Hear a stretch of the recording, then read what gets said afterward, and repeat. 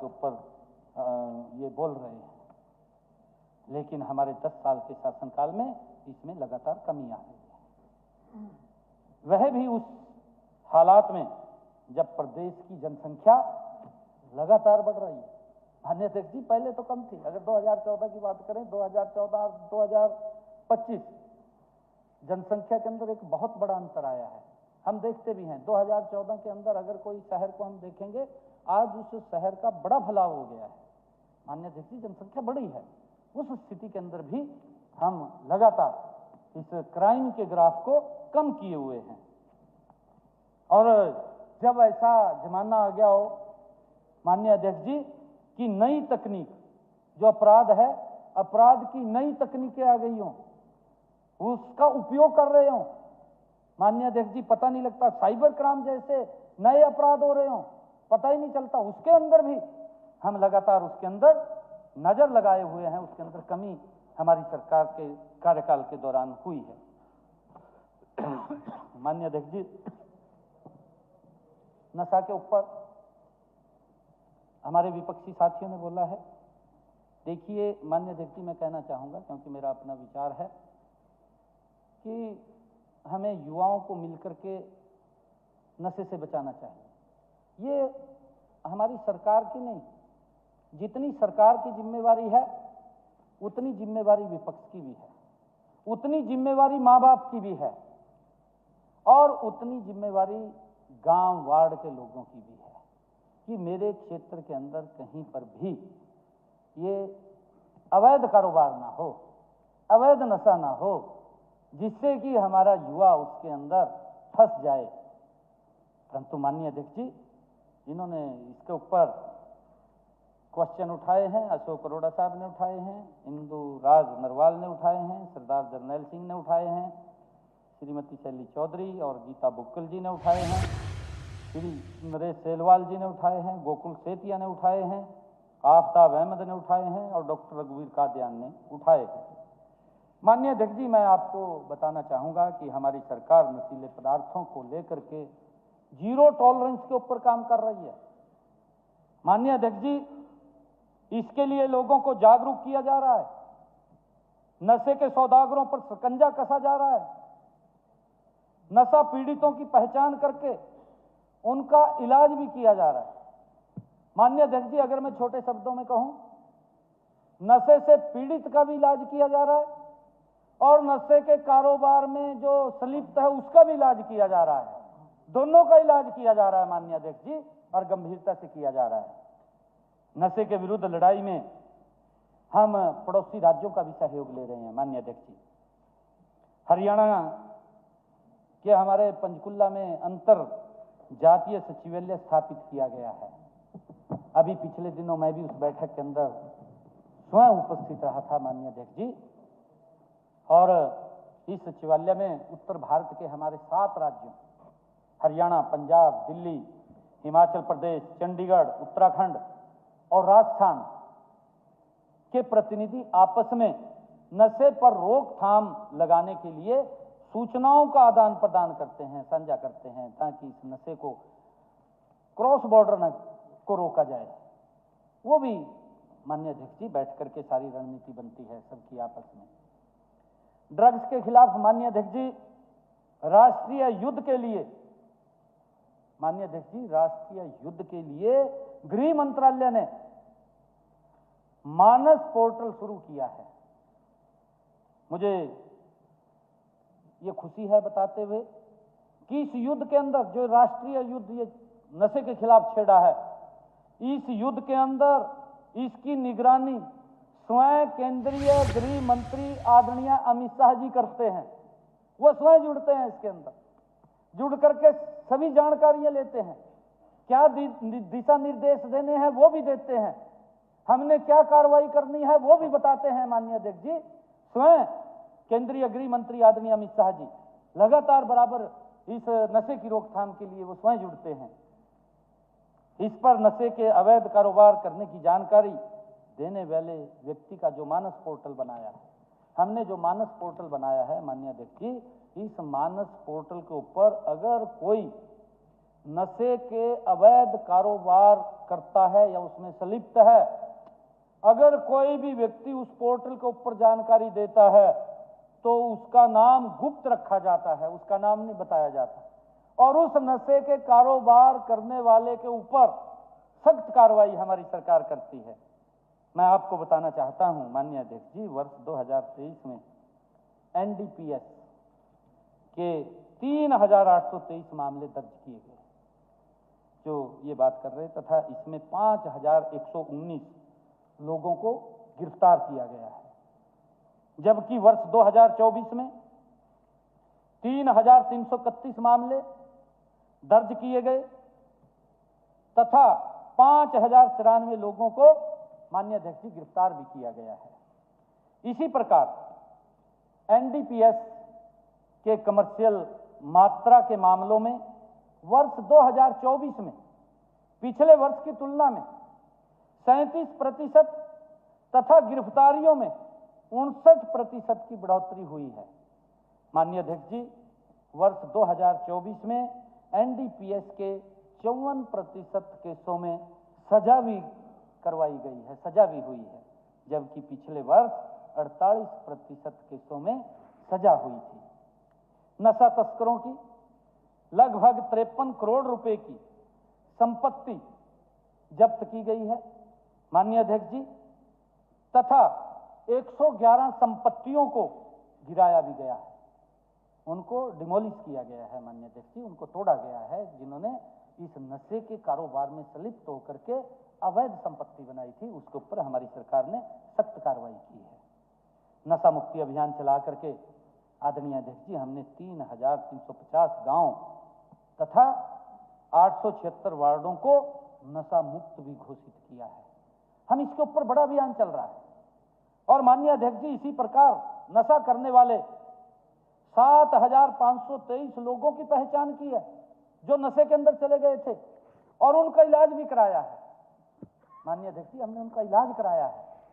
ऐसे 7523 जो हमारे डी एडिक्शन सेंटर पर हैं, नशा मुक्ति केंद्र है, उनके अंदर भेज करके 7523 युवाओं को नशे से बाहर भी करने का काम हमने किया है। मैंने कहा है कि हम दोनों तरफ इलाज कर रहे हैं, हम जो नशे से पीड़ित है उसका भी इलाज कर रहे हैं, जो नशे में संपलित है उसका भी इलाज कर रहे हैं, दोनों तरफ हमारी सरकार काम कर रही है।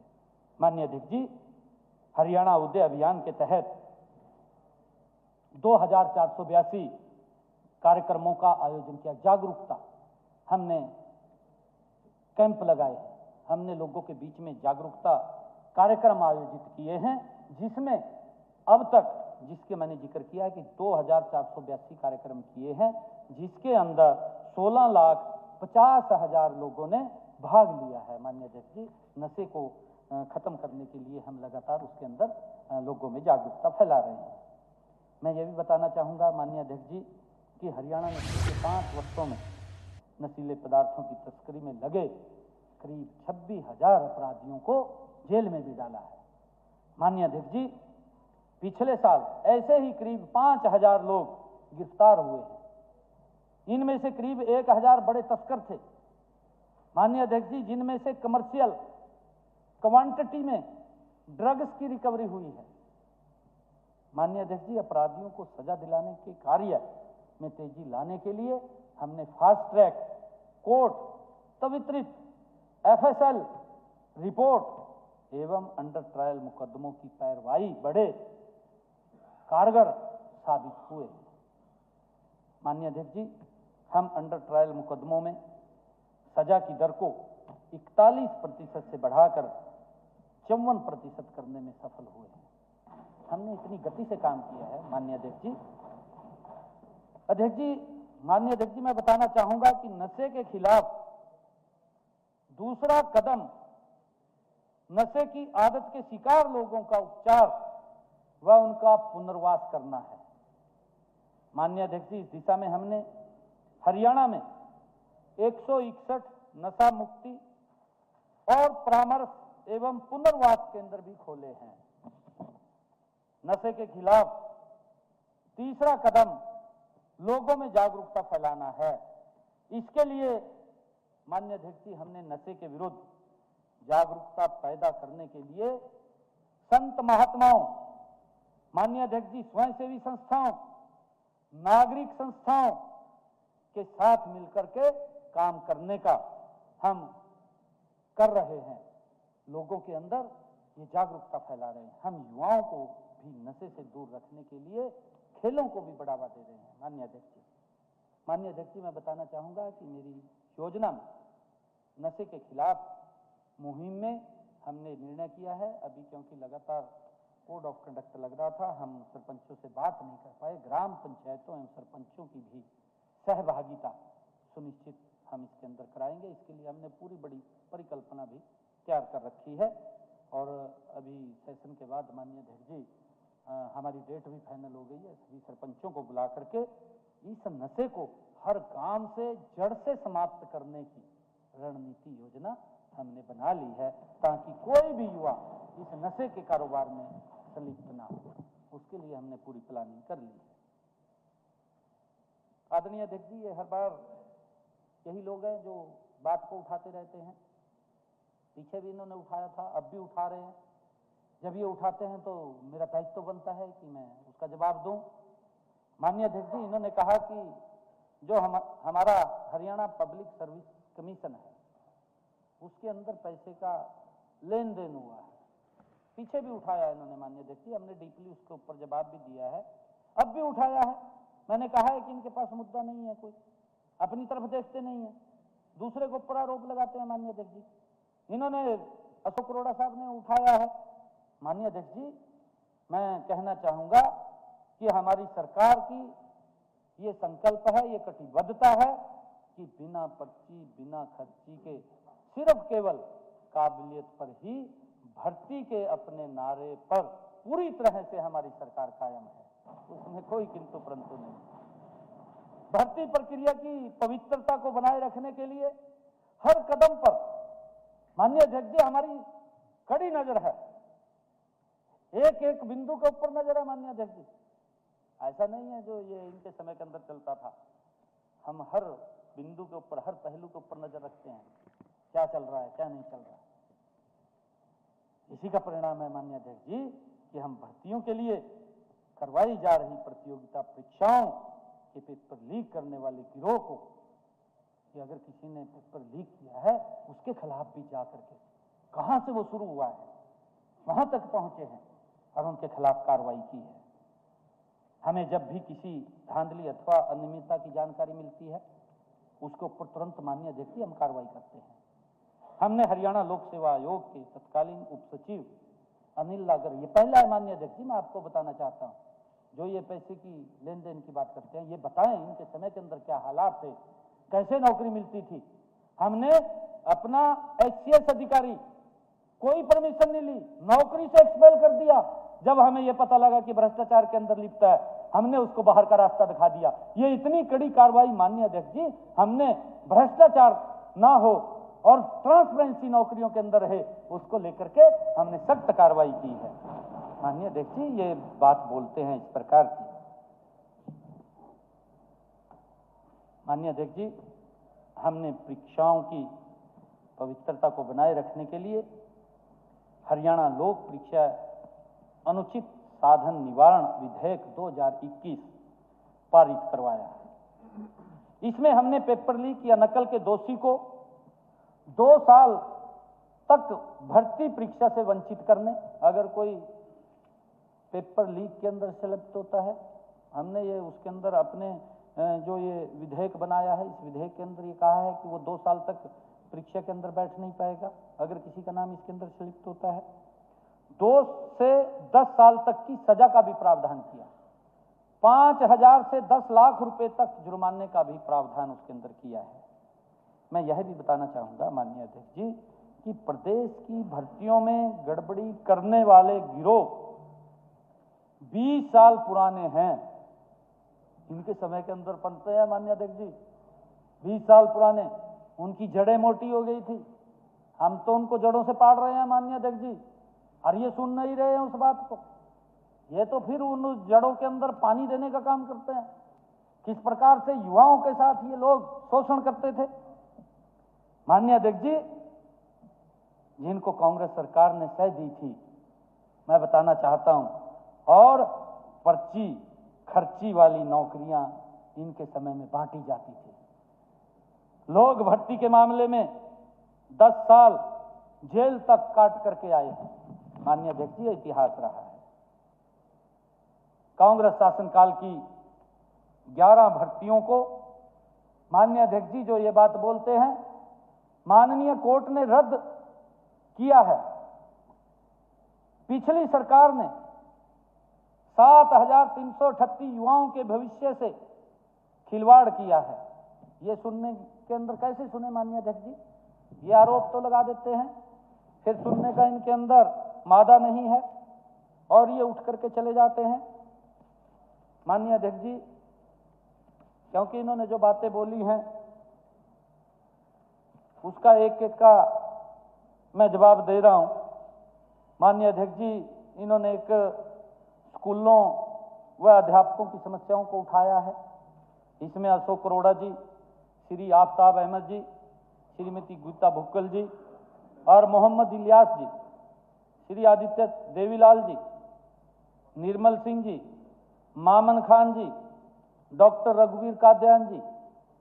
माननीय अध्यक्ष जी, विपक्षी भाइयों द्वारा लगाया गया यह आरोप बिल्कुल निराधार है कि हरियाणा के 294 स्कूलों में एक भी विद्यार्थी नहीं है। पता नहीं कहां से ले वहां माननीय अध्यक्ष जी आंकड़े काट करके बस आरोप लगा देंगे, फिगर का भी नहीं पता होता क्या है क्या नहीं है, आरोप लगा करके उठ का भाग जाएंगे जी।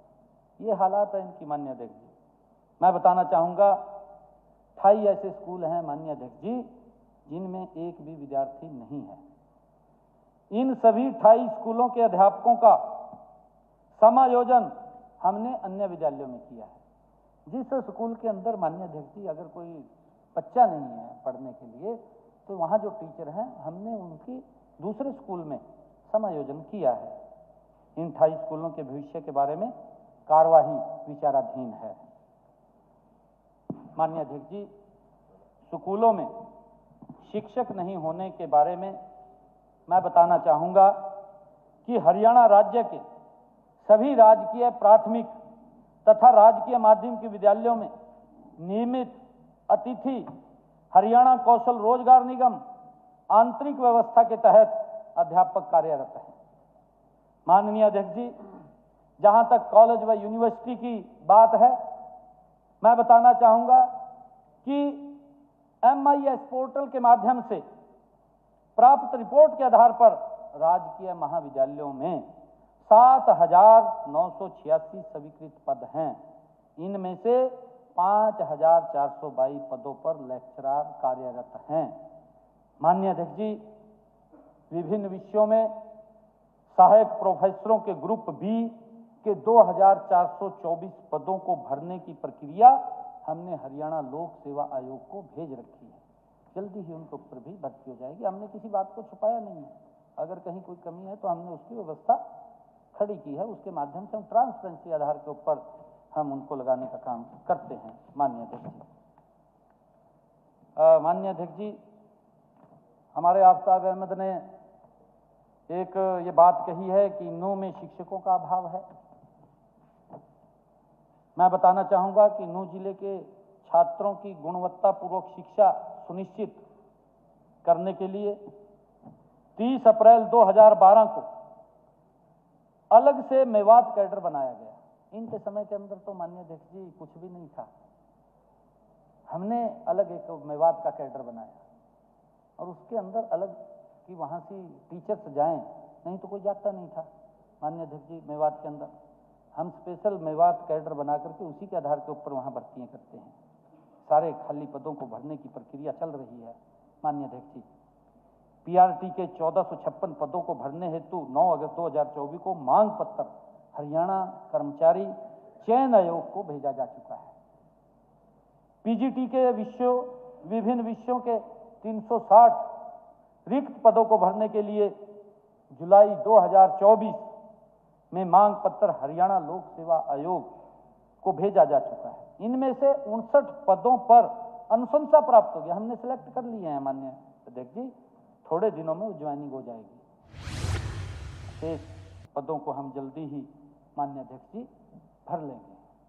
मुख्यमंत्री जी, आपके लिए पानी भेजा है, आप उसका सेवन कर सकते हैं। अध्यक्ष जी, पानी तो कांग्रेस ही पी रहे, बाहर जाएगा।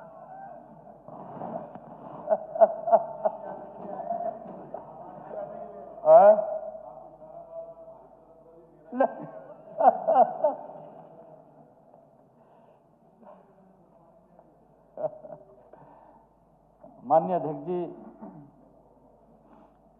एमएसपी पर धान की खरीद न होना, इसके ऊपर सवाल उठाए गए। अशोक अरोड़ा साहब ने उठाया, नरेश सेलवाल, सरदार जरनैल सिंह, विकास सहारण, अर्जुन चौटाला की एमएसपी पर खरीद नहीं हो रही है। माननीय अध्यक्ष जी, जब ये क्वेश्चन करेंगे तो मेरा बताना फर्ज है। माननीय अध्यक्ष जी, किसान हित में हमारी नीतियों के केंद्र में है। हम किसानों की सभी फसलों पर एमएसपी पर खरीद कर रहे हैं। वर्ष 2021-22 में पंजीकृत किसानों के खाद्यान्नों की सभी खरीद गतिविधियों और एमएसपी पर भुगतान ई खरीद पोर्टल के माध्यम से ऑनलाइन किया जाता है। माननीय अध्यक्ष जी, इनको मालूम है, उसके अंदर कोई भी वो नहीं है। आजकल ई मंडी, उससे खरीद वो कर रहे हैं, ई खरीद पोर्टल से कर रहे हैं। किसानों को जो एग्जिस्ट गेट पास है, जब वो जारी होता है, माननीय अध्यक्ष जी, ये पहली ऐसी सरकार है जो अपने किसानों के हित में ध्यान रखती है कि उनको कोई दिक्कत परेशानी ना आए। 48 घंटे के भीतर एग्जिस्ट गेट पास कटने के बाद माननीय अध्यक्ष जी, 48 घंटे के अंदर अंदर किसान के खाते के अंदर डायरेक्ट पैसा चला जाता है। और ये कह रहे एमएसपी पर खरीद नहीं हो रही, क्या ये किस प्रकार का आरोप लगा रहे? हमने कहा भी, इनका तथ्य देखिए माननीय अध्यक्ष जी, क्या कैसी बातें करते हैं, शर्म भी आती है। कहा जी खाते में पैसा चला गया, और आड़ती उसको किसान को बुला करके कहा वापस ले लेता है। भाई ये क्या तरीका है तेरा? सरकार खाते में पैसा दे रही है माननीय अध्यक्ष जी, किसान से कैसे वापस ले लेगा? उसके खाते में पैसा गया है माननीय अध्यक्ष जी। इनका तथ्य क्या है बताने का? क्या आरोप लगा रहे हैं? इनको समझ सब है, परंतु माननीय अध्यक्ष जी बोलने के लिए कुछ नहीं है, बचा कुछ नहीं। ये हरियाणा के लोग देख रहे हैं, इनको पीड़ा ये नहीं है, पीड़ा तो कुछ और है। दर्द दिल्ली में निकलता है माननीय अध्यक्ष जी, पीड़ा यहाँ होती है, यहाँ से दर्द दिल्ली में होता है। अभी ये कुछ कहने की स्थिति में नहीं है, मूर्छित होए पड़े हैं माननीय अध्यक्ष जी, आरोप लगाते हैं इधर उधर के। माननीय अध्यक्ष जी, 21-22 से लेकर के अब तक सरकार द्वारा एमएसपी पर जो खरीद की गई है, किसानों के खाते के अंदर हमारी सरकार ने 1,25,000 करोड़ रुपया डायरेक्ट उनके खाते के अंदर डाला है। 1,25,000 करोड़ रुपया, किसी को इंतजार नहीं करना पड़ रहा। मैंने कहा है माननीय अध्यक्ष जी, जो एग्जिस्ट गेट पास है, जो ही वो कटता है 48 घंटे के अंदर किसान के खाते में पैसा चला जाता है। और माननीय अध्यक्ष जी, अगर 48 घंटे में पैसा नहीं जाता तो हरियाणा सरकार ये पहली है कि किसान को ब्याज सहित पैसा देने का काम करती है। ये पहली बार हमारी सरकार ने किया है। माननीय अध्यक्ष जी, 2014 में कांग्रेस के शासनकाल में 30,07,000, मैं उनके बारे में बता रहा हूं, वो लेके आया था मैं माननीय अध्यक्ष जी, ये आरोप लगा रहे हैं कि इनके कार्यकाल में क्या होता था। 2014 में कांग्रेस के शासनकाल में 30,07,000 मीट्रिक टन धान की खरीद की गई। 30,07,000 मीट्रिक टन, ये 2014 की बात है, कांग्रेस के समय की बात कर रहा हूं मैं माननीय अध्यक्ष जी। और 2024-25 हमारी सरकार में 53,99,000 मीट्रिक टन धान की खरीद की गई है। 53 लाख, और इनके इसमें 30 लाख। माननीय अध्यक्ष जी, ये भी 2 गुना हो गया। एमएसपी भी बढ़ा करके दे रहे हैं, और किसान की ज्यादा फसल पैदावार हुई है उसको भी खरीदने का काम हमारी सरकार कर रही है। डबल तरीके से ये जो बात कर रहे हैं, इनके समय के अंदर तो किसान फसल भी नहीं उगा पाता था। इनकी किस प्रकार की नीतियां थी? माननीय अध्यक्ष जी, माननीय प्रधानमंत्री जी ने प्रधानमंत्री कृषि सिंचाई योजना, जिसके ऊपर 80-90% तक सब्सिडी दे करके किसान के खेत के अंदर स्प्रिंकल इरिगेशन, ड्रिप इरिगेशन, माननीय अध्यक्ष जी, पानी पहुंचाने का काम करते हैं। ज्यादा क्षेत्रफल के ऊपर पानी लगा है, मेरे किसान की पैदावार बढ़ी है, और उसका परिणाम है कि 2014 में मेरा किसान 30,07,000 मीट्रिक टन उत्पादन करता था। आज मेरे हरियाणा का किसान 53,99,000 मीट्रिक टन धान का उत्पादन करता है, जिसको हरियाणा सरकार खरीद रही है, केंद्र सरकार आदरणीय मोदी जी खरीद रही है। इससे स्पष्ट है कि हमने 2 गुना से अधिक धान की सरकारी खरीद की है। माननीय अध्यक्ष जी, वर्ष 2014 में कॉमन धान का एमएसपी, ये भी आपको मैं बताना चाहता हूं माननीय अध्यक्ष जी, 2014 में जो धान का एमएसपी था, इनको पूछना चाहिए, कमेटी के मेंबर भी थे माननीय अध्यक्ष जी, जो स्वामीनाथन जी ने कमेटी बनाई थी कि किसान को उसका लाभकारी मूल्य मिलना चाहिए। चौधरी भूपेंद्र सिंह हुड्डा उसके चेयरमैन थे, उस कमेटी के।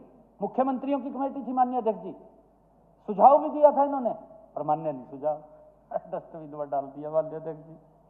ये बात करते हैं 2014 में धान का एमएसपी 1,310 रुपए था माननीय अध्यक्ष जी, 1,310 प्रति क्विंटल। और जो ग्रेड ए था माननीय अध्यक्ष जी, अब जो ग्रेड ए है उसका भाव 2,320 रुपए है, एमएसपी 2,320 रुपए।